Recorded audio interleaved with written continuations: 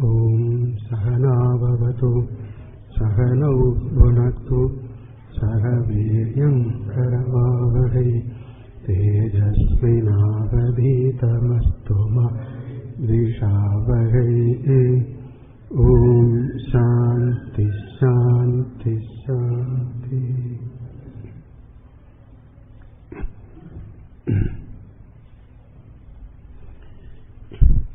The word Dakshinamurti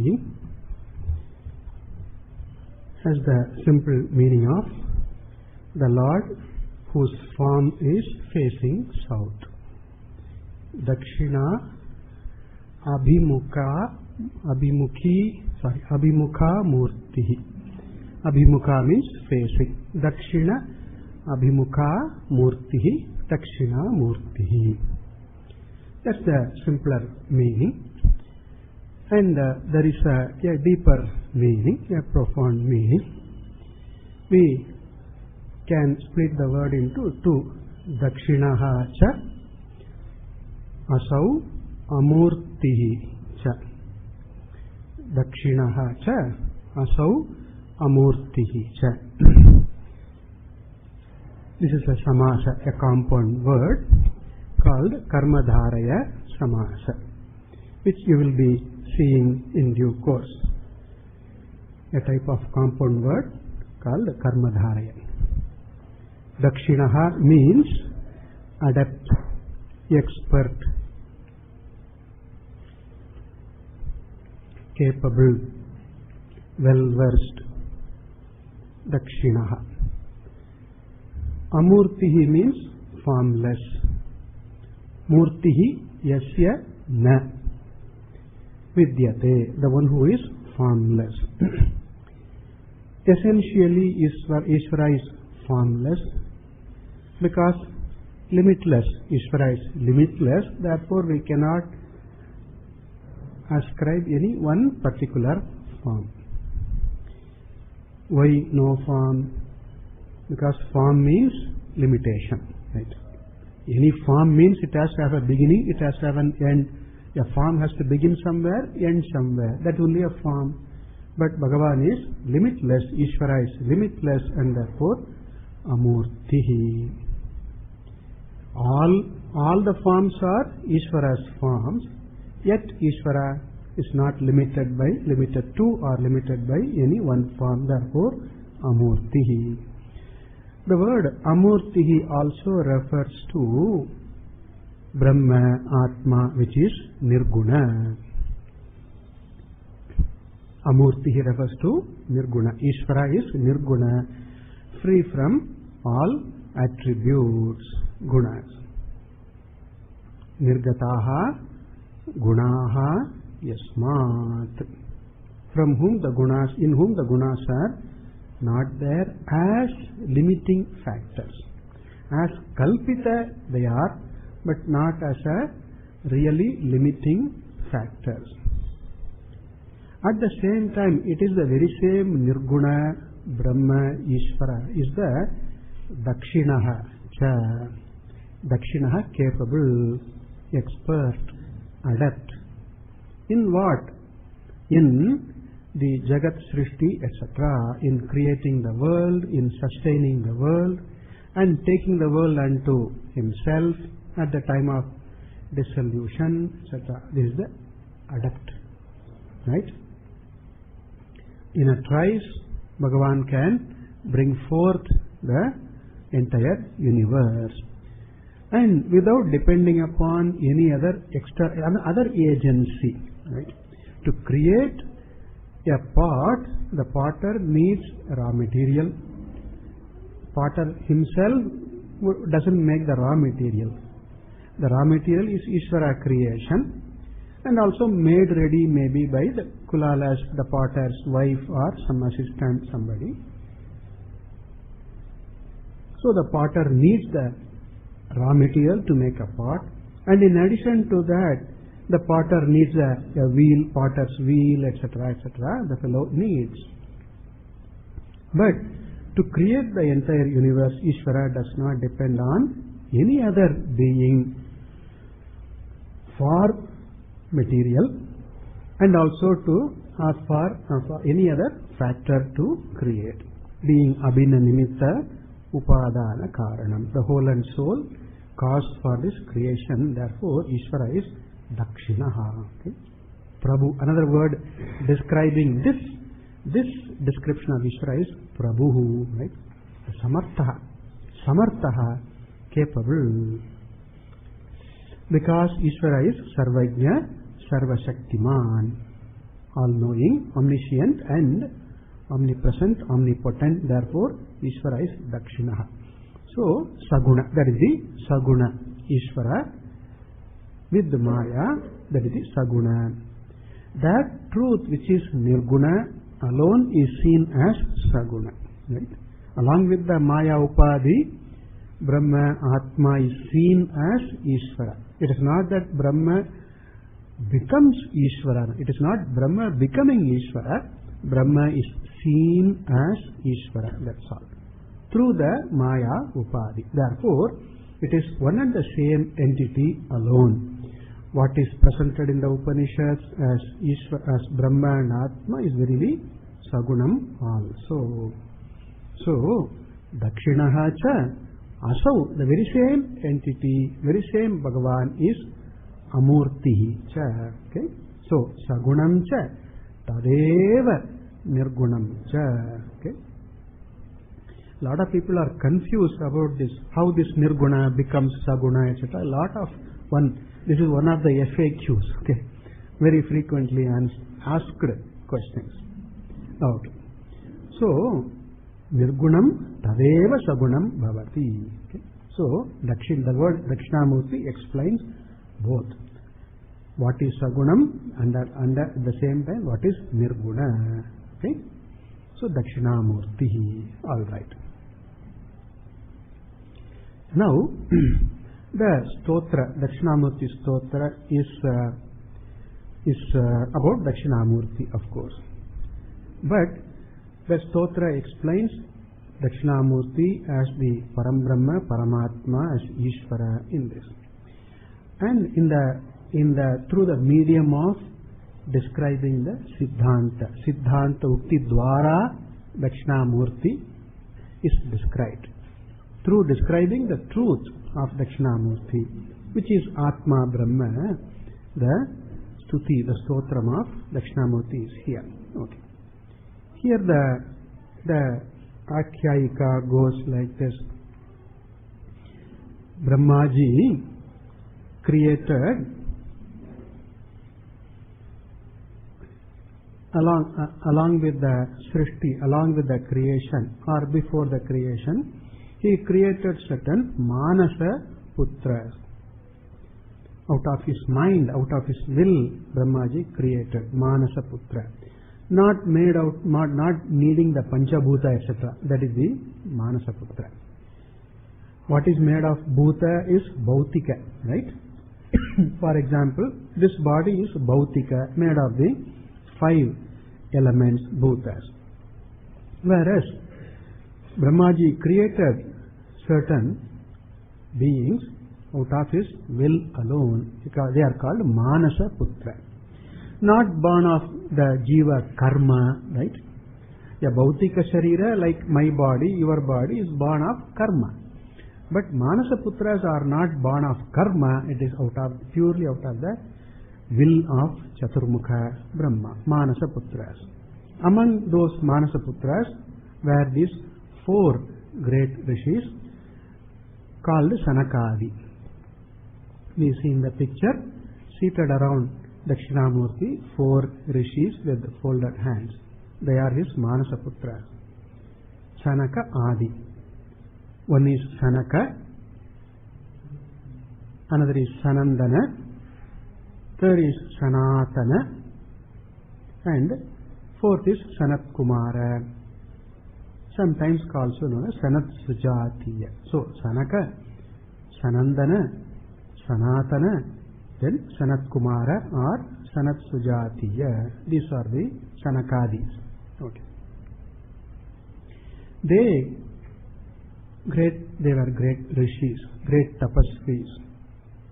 They had a nishtha. Nishtha they are taponishtaha. They had a great nishtha in their tapas, great tapasvis, and also great bhaktas they were. And they were committed to knowing the ultimate truth, which is Brahma Atma. They wanted to understand, have the teaching, and this teaching has to come from Guru Mukhat. This has to be gotten. And they approached Shiva, Lord Shiva, who is the Adi Guru, Sadashiva Samarambam, as we say. They approached Shiva, and it is said that Lord Shiva assumed the form of Dakshinamurti as the preceptor, as the Guru to them. And he is depicted as seated under the banyan tree. It's all symbolic. Okay? So seated under the banyan tree, Dakshinamurti, Shiva manifested as Dakshinamurti, and he did the Upadesha to Sanakadi. And he taught the truth. And what is the truth? Himself is the truth. Okay? He explained himself. He gave a self-explanation. Okay? Sometimes it happens to in our workplace when they say, explain yourself. They say, why you did this, why you did not do that, and all that. Why you did only this much. Explain yourself. Okay? So Bhagavan explained himself. Svavyakyanam kritavan. Swasya. One's own self he described to Sanakadi. And what is his description? Maunam. Maunam is his description. What is Maunam? The literal meaning of Maunam is silence. Silence means peace. Peace means joy. Ananda. Ananda means Purnatva. So, Maunam means Ananda, Purnatva, Shanti. This is what it means. So, he explained what is Maunam, what is Ananda, what is Purnam. That is himself. Dakshinamurti is Maunam, Dakshinamurti is Ananda, Dakshinamurti is Purna. That he explained. Alright. And this is depicted in the form of this gesture, Chin Mudra. Okay. This we will see the meaning of this Chin Mudra as we see the Dhyana Slokas, etc. We'll see in some detail. So Chin Mudraya, that is Chin Mudra is there. The meaning we will see later. So that we see in the form, Bhagavan holding this hand in this form, the right hand in the form of the Chin Mudra, also called Jnana Mudra. Okay. All right.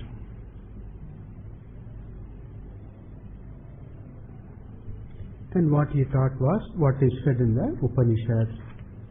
Ayamatma Brahma. All right. There are a set of verses which are chanted either before the Dakshinamurti Stotra or after the Stotra. In some places, they chant before the Stotra. This is what we do. We chant the Dhyana Slokas before Dakshinamurti Stotra. In some places, they chant after the Dakshinamurti Stotra. It's their apna, their custom. Okay. Not a big rule with respect to when to chant Dhyana Slokas, before or after the Stotra. According to our own practice, custom, we do. Okay. Before you go into that, this is a Stotram. Okay. A Stotram, a hymn for Dakshinamurti, to Lord Dakshinamurti. A hymn, a glorification of Dakshinamurti. By chanting this stotra, by reciting this stotra, one gets the anugraha, the grace, the blessing of Dakshinamurti. If one knows the meaning, even if not the deeper meaning, at least the word meaning if one knows, good. But one does not stop with just the mere word meaning, but then one goes further, understanding Tatparya, the deeper import of this stotra, which in essence is Jiveshwara Aikyam, the essential oneness of Jiva and Ishvara. Jiva the individual and Ishvara the Lord. Even if one does not know the meaning of this stotra, still it is worth one has to chant. Some people think, no, I say something, I recite something, but I don't know the meaning. I feel little odd because I don't know what I am saying, right? So I feel odd, and then so I feel little uncomfortable. So I don't want to say something which I don't know the meaning. Okay, that is okay in normal talking. Okay, so when I talk with you, I must know what I am saying. In normal transaction dialogue, yes, I must know what I am saying. Suppose I say blah blah blah blah blah. Then you ask me, what did you say? I don't know. I don't know what I talked. Okay. But then this is different. The set of the prarthana, the prayers are not to be equated with such a dialogue. Even if one does not know the meaning, still it is worth reciting, learning and reciting. In fact, in our tradition, we learn the text first. This was our method. First learn the text, get the text, get familiar with that, and many a times get it by heart first. Get familiar with the text first, and then when we learn, when we study, look into the meaning of the text, then the text is already available for us in our mind, okay, with us. As we keep seeing the text, the Spuranam, the shining is there, the word and the next word connection, everything, connection happens in our mind. And therefore, even if one does not know the meaning of this Dakshinamurti Stotra or whatever, any stotra or any mantra, still it is worth chanting. One should not stop chanting, or one should not refrain from taking to a chant which one may like. But then, in spite, even if one does not know the meaning, but then we don't stop with that. We try to know the meaning later on. Okay, I'll wait for an occasion wherein I can learn the meaning of it. So wait for the occasion. Till then, keep doing. Therefore, even mere recitation, even mere saying the verse gives lot of anugraha here. And that is mentioned in the 10th verse, Sarvatma Tvamiti Sputi Kritam, etc. The Palashruti, the 10th verse mentions what one gets by reciting, at least reciting these verses. And in particular, the anugraha, the benefit that we want most is Chitta Shuddhi. We who are committed to knowing the truth and live in the light of the truth, for us, Chitta Shuddhi is what is being sought. Predominantly, we need Chitta Shuddhi. We pray for Chitta Shuddhi. So, Dakshinamurti Stotra recitation gives Chitta Shuddhi also. That Kripa, that grace is very, very useful, and it's necessary in our pursuit in the sadhanas and in the jnana utpatti. Thereby we have the Ishvara Kripa, Ishvara's grace, which alone translates as other forms of grace. So Ishvara Kripa, we need loads of it, right? We need plenty of Ishvara Kripa. For that chanting, recitation we do. Alright. Now,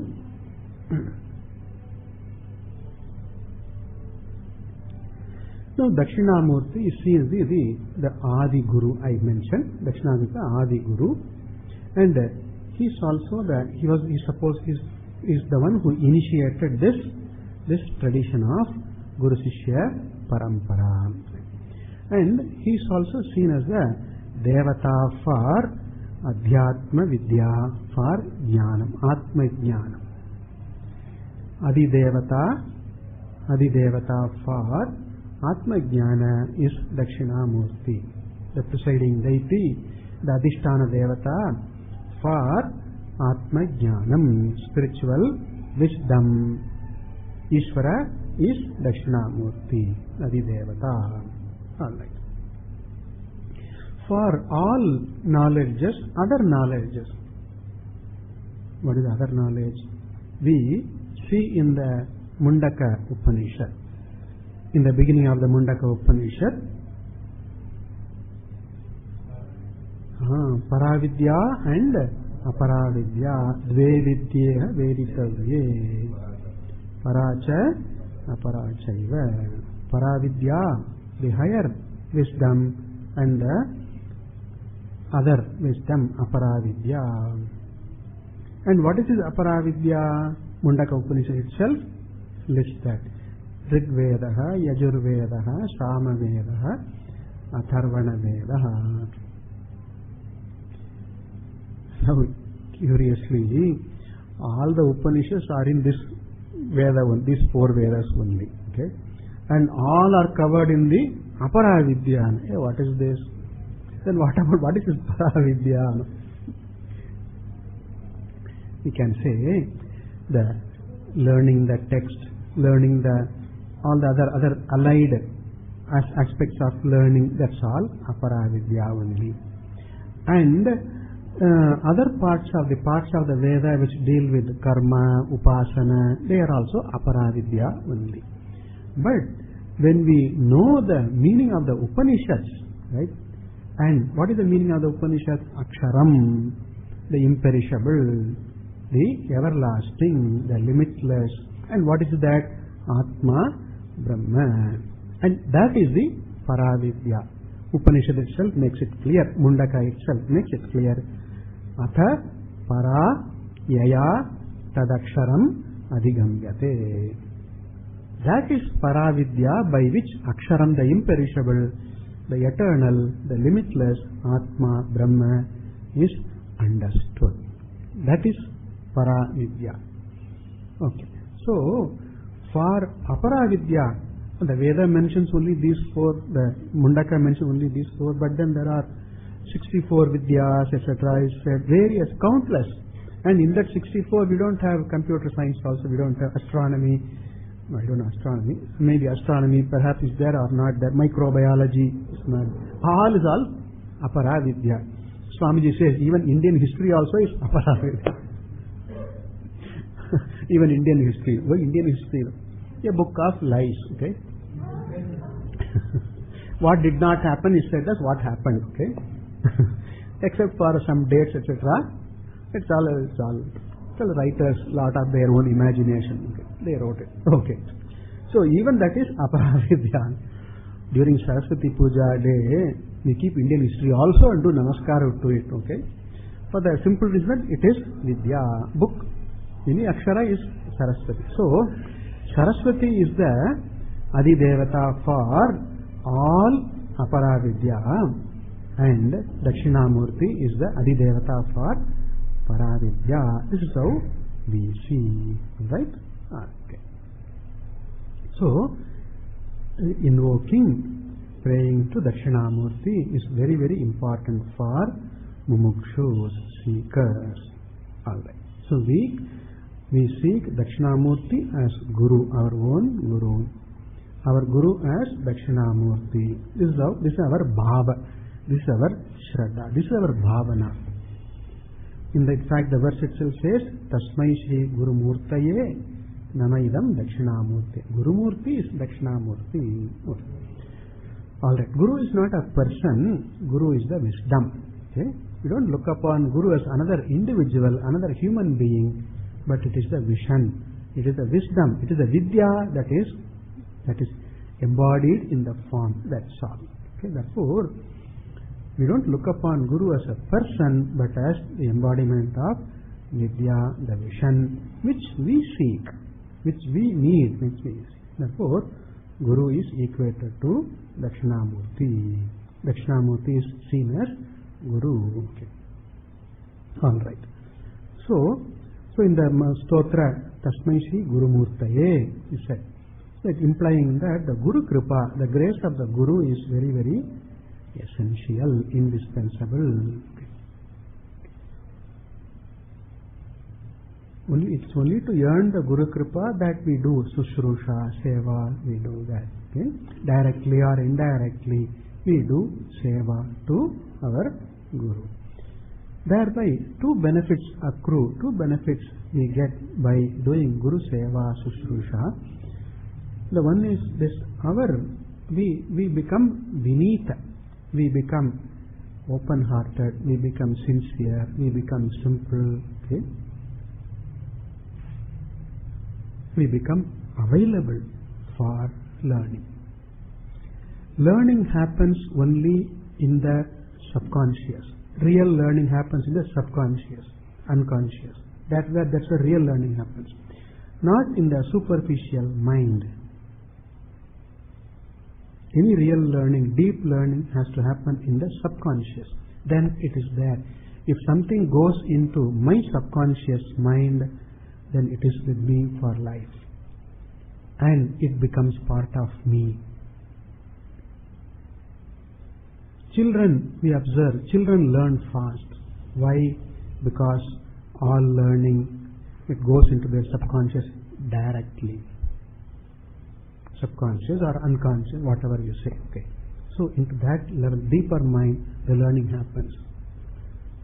Why do we find it difficult to learn something, remember something? Because we have developed a crust. Encrustation is there over the subconscious, a superficial layer we have developed. Partly out of the pressure to defend myself. Ninja. Swami is ninja. I have to defend against you.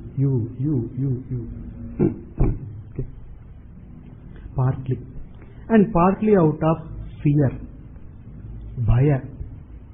Right. Partly out of wanting to avoid hurt.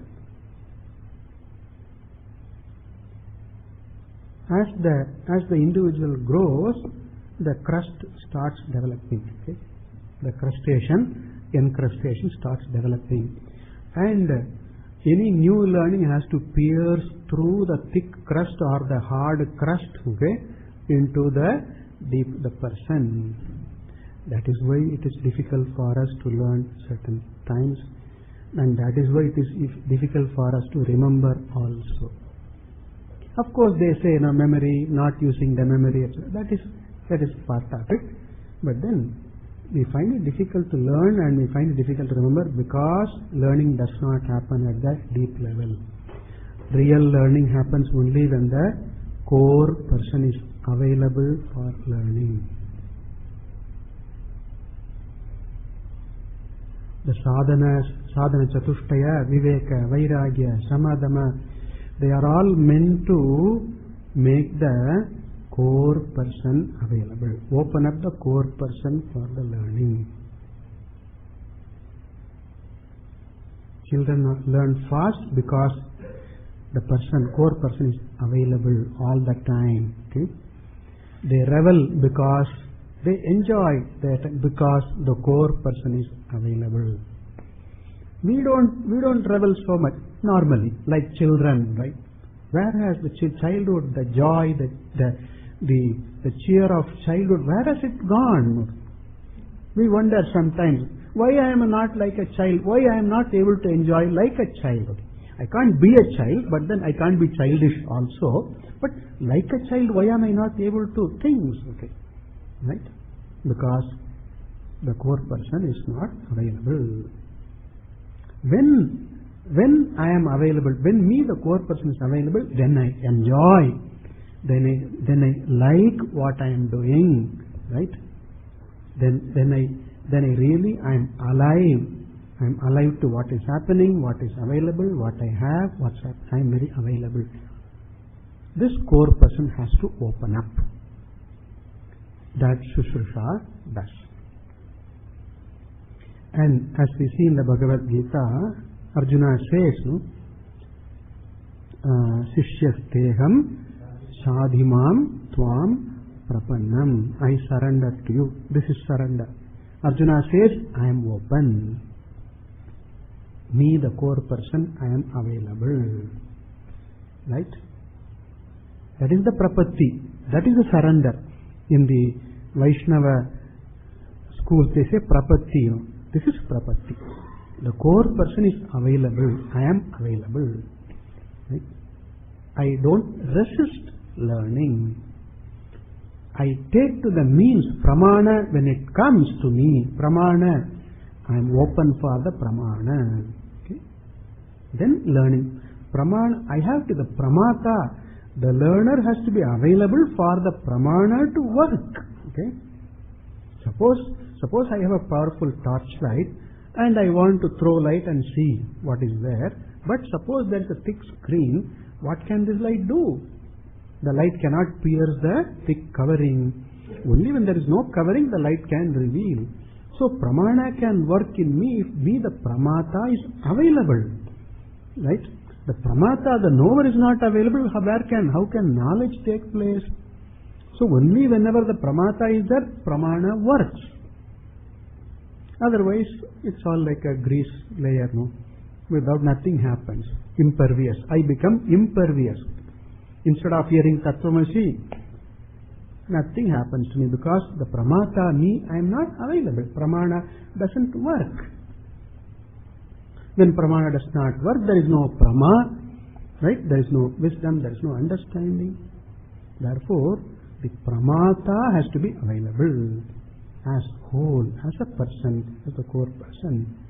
And that is what the sadhanas do. All the sadhanas, Bahiranga sadhana, Antaranga sadhana, they are all meant for making me, the pramata, available as whole, as full. I must be available. That's what sadhanas are meant for. And Sushrusha, Guru Sushrusha is one of the sadhanas. Okay?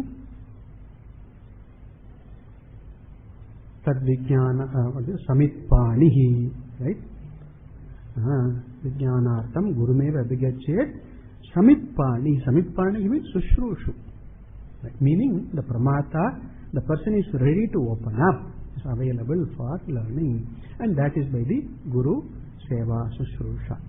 So, Guru Kripa, one has to yearn. We have to yearn Guru Kripa. In fact, it is Ishvara Kripa only comes through this, in this form as Guru Kripa. So, when I look upon my Guru as Dakshinamurti and then whatever possible Sushrusha I do, that means that Vidya comes to me because I am open. I, the learner, I, the pramata, the knower, I am available. Okay.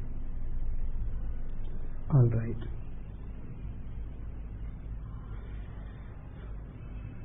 Astu. Now we have five or a few more Dhyana Slokas here. These Dhyana Slokas do not form the body of Dakshinamurti Stotra. They were composed by various commentators. For example, Sureshwaracharya himself wrote a few. Ishvaro Guru Atmi, Atmeti is Sureshwaracharya's sloka written by him. Ishvaro Guru Atmeti Murti Bheda Vibhagine Vyomavat Vyapta Dehaya Dakshinamurtaye is Sureshwaracharya's sloka. And then the first one, Mauna Vyakhya Prakatita, is by Swayam Prakashayati, who wrote this Tattva Sudha commentary. Okay? So various acharyas, they wrote as they elaborated, they talked about this Dakshinamurti Stotra and the Manasa Villasa. They wrote their own verses, and that forms the Dhyana. Those slokas from Dhyana Slokas.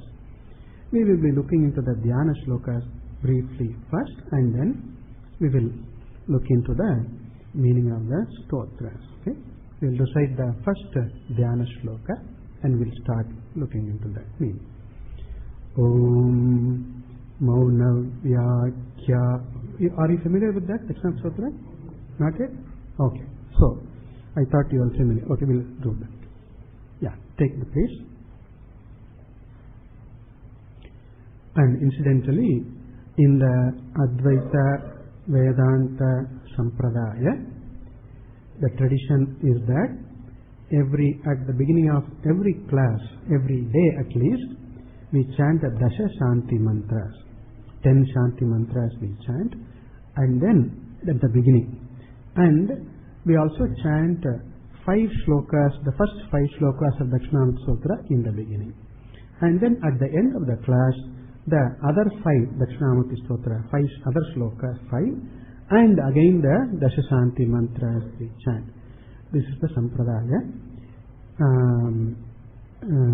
We don't do for want of time. Okay. Of course, it's not a real excuse. We don't do, that's all. It will be better if we do that. Okay. Alright. So, we'll do the Dhyana Sloka. We'll read it first. You have in the book? Must be there. No, it's there. It's there. It's there. Yeah. In the Deeparadhana. Can you tell 50? 53. Okay. I thought you know chanting. Okay. Om Maunavyakya Prakatita Para Brahma Tattvam Yuvanam. Please recite. Yakya Prakatita Para Brahma Tattvam Yuvanam Varshishtante Vasad Rishiganai Ravritam Brahmanishthai Vasad Rishiganai Ravritam Brahmanishthai Acharyendram Karakalita Chinmudra Manandarupam Karakalita Chinmudra Manandarupam Swatma Ramam Muditavadanam Dakshinamurti Mire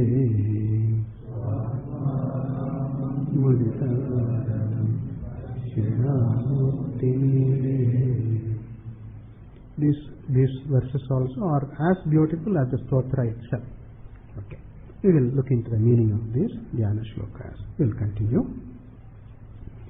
Om Purnamada Purnamidam Purnat Purnamudachyate Purnasya Purnamadai Purnamevavasishyate.